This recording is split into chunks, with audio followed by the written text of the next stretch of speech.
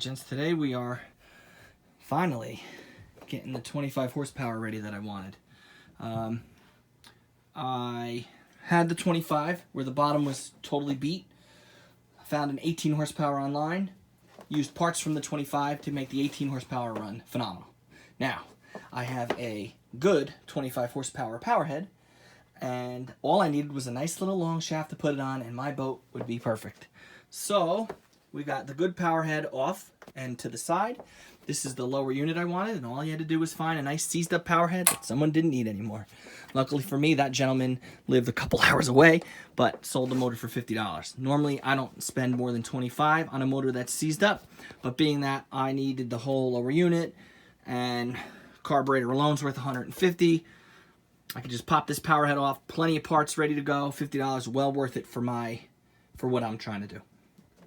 Okay, so to pop the Powerhead off, there are, I wanted to show you how to do this.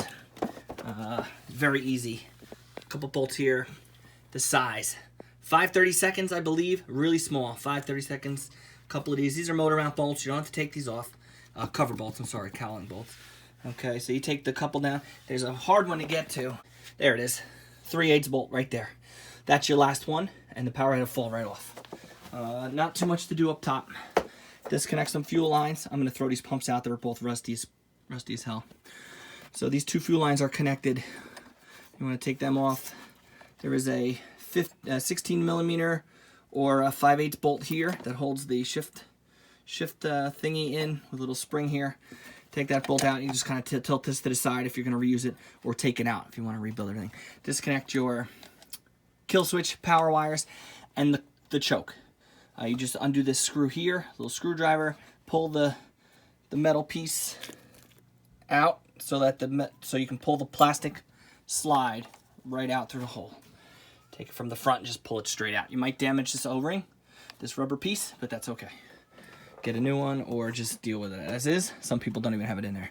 Then what you can do, you don't have to, this will slide right out, but if you want to, you can do the two screws that are here and disconnect this from its, here it is, down here. There you go. Disconnect it from the, it won't turn for me because this is the seized up Powerhead.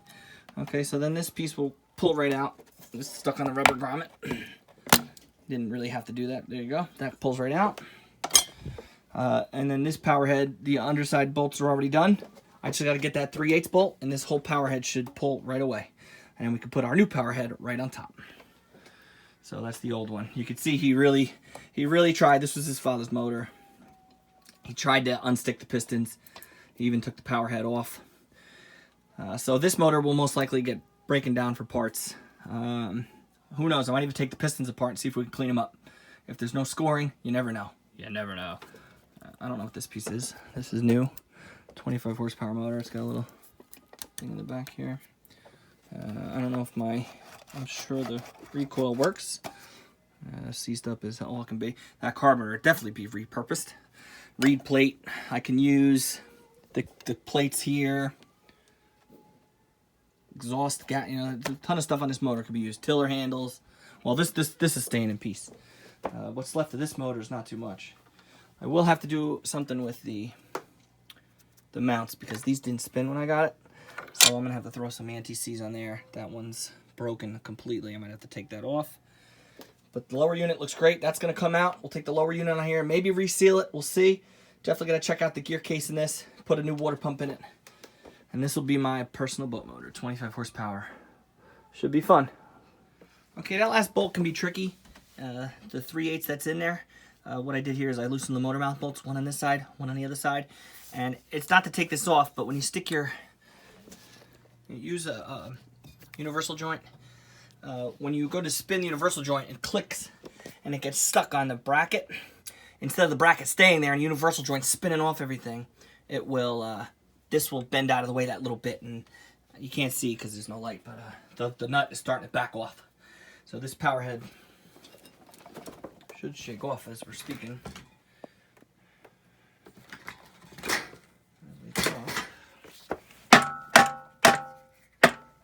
This is the bad one. Make sure. So I'm going to lift and jiggle, and that Powerhead should slide right off.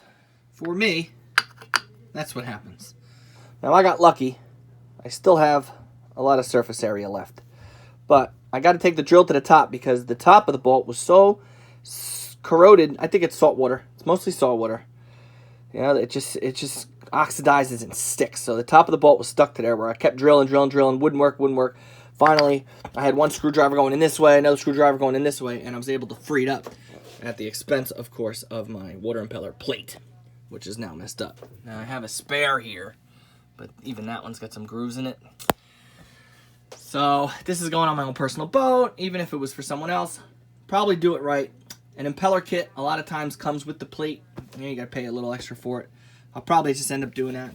This impeller I haven't looked at yet is corroded with crap. Looks like a lot of oil up there, so it's probably a seal leak somewhere.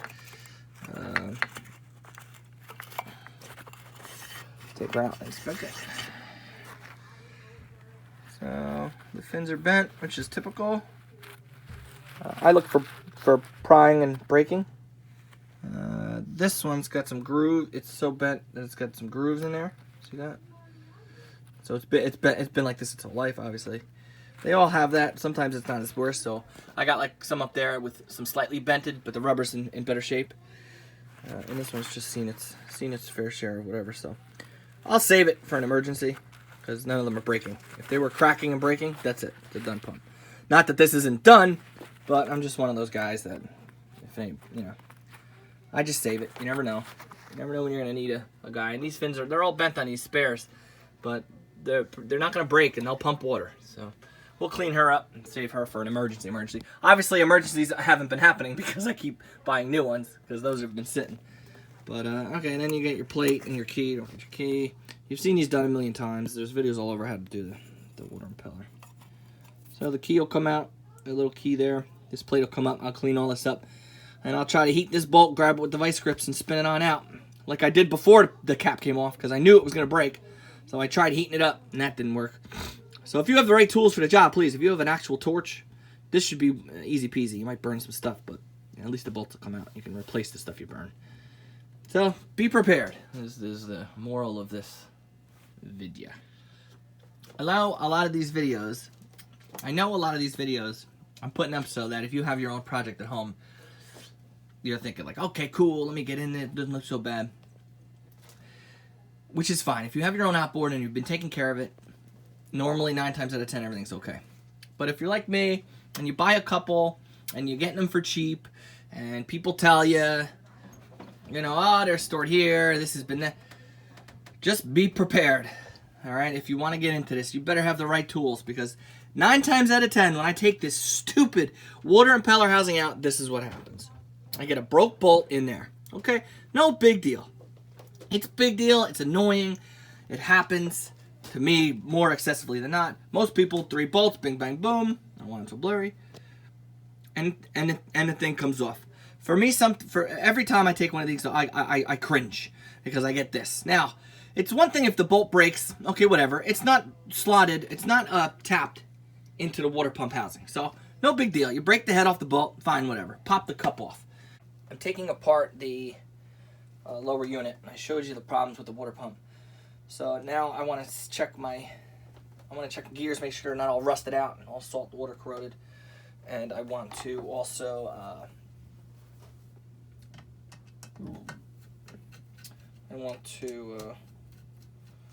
just inspect it. If you want to do the prop shaft seal, which I'm thinking about doing, you'll have to do this.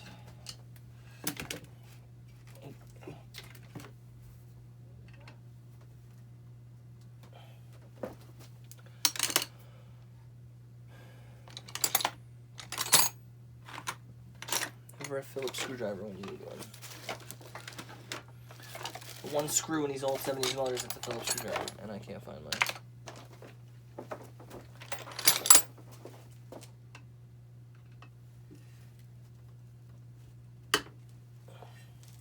Y'all know from previous videos that only if you're going to take this whole skeg apart will you undo this one Phillips screw that's in the bottom part. That's your cradle. You should all know that by now.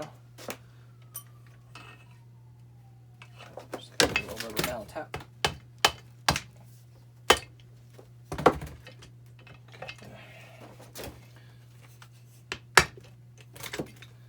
Burning in love. Okay. This keg is off. Mucky oil, not unexpected. And the gear case looks to be decent.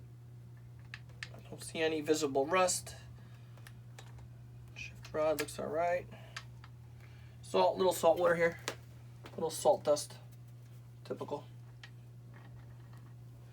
The gears are rusted and spinning. Clutch dog looks to be in okay shape. Wait a minute.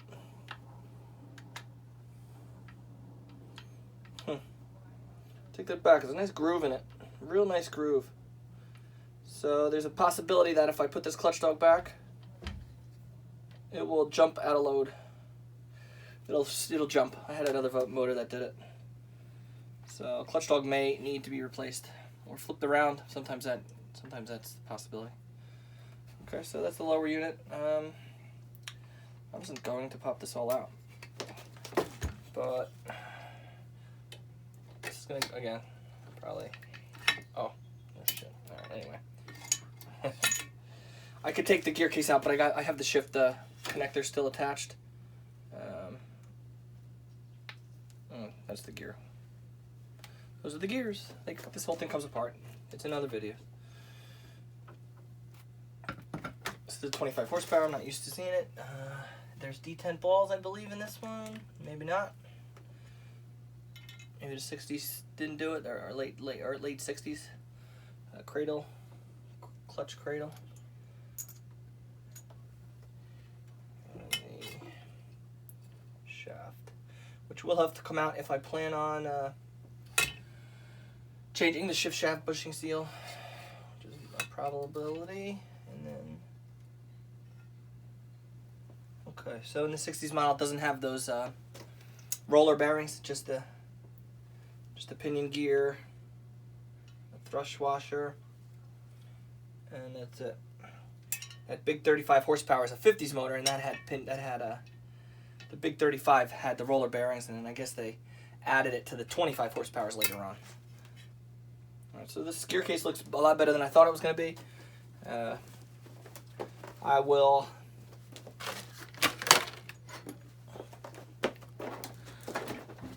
will be popping the seal out of there if I deem it necessary. I mean, it's already out, so why not? And everything else will go back in as normal. Put a new O-ring here, and check this clutch dog here. Make sure that groove isn't very, very, very bad, which it looks to be. We'll go on to the next step.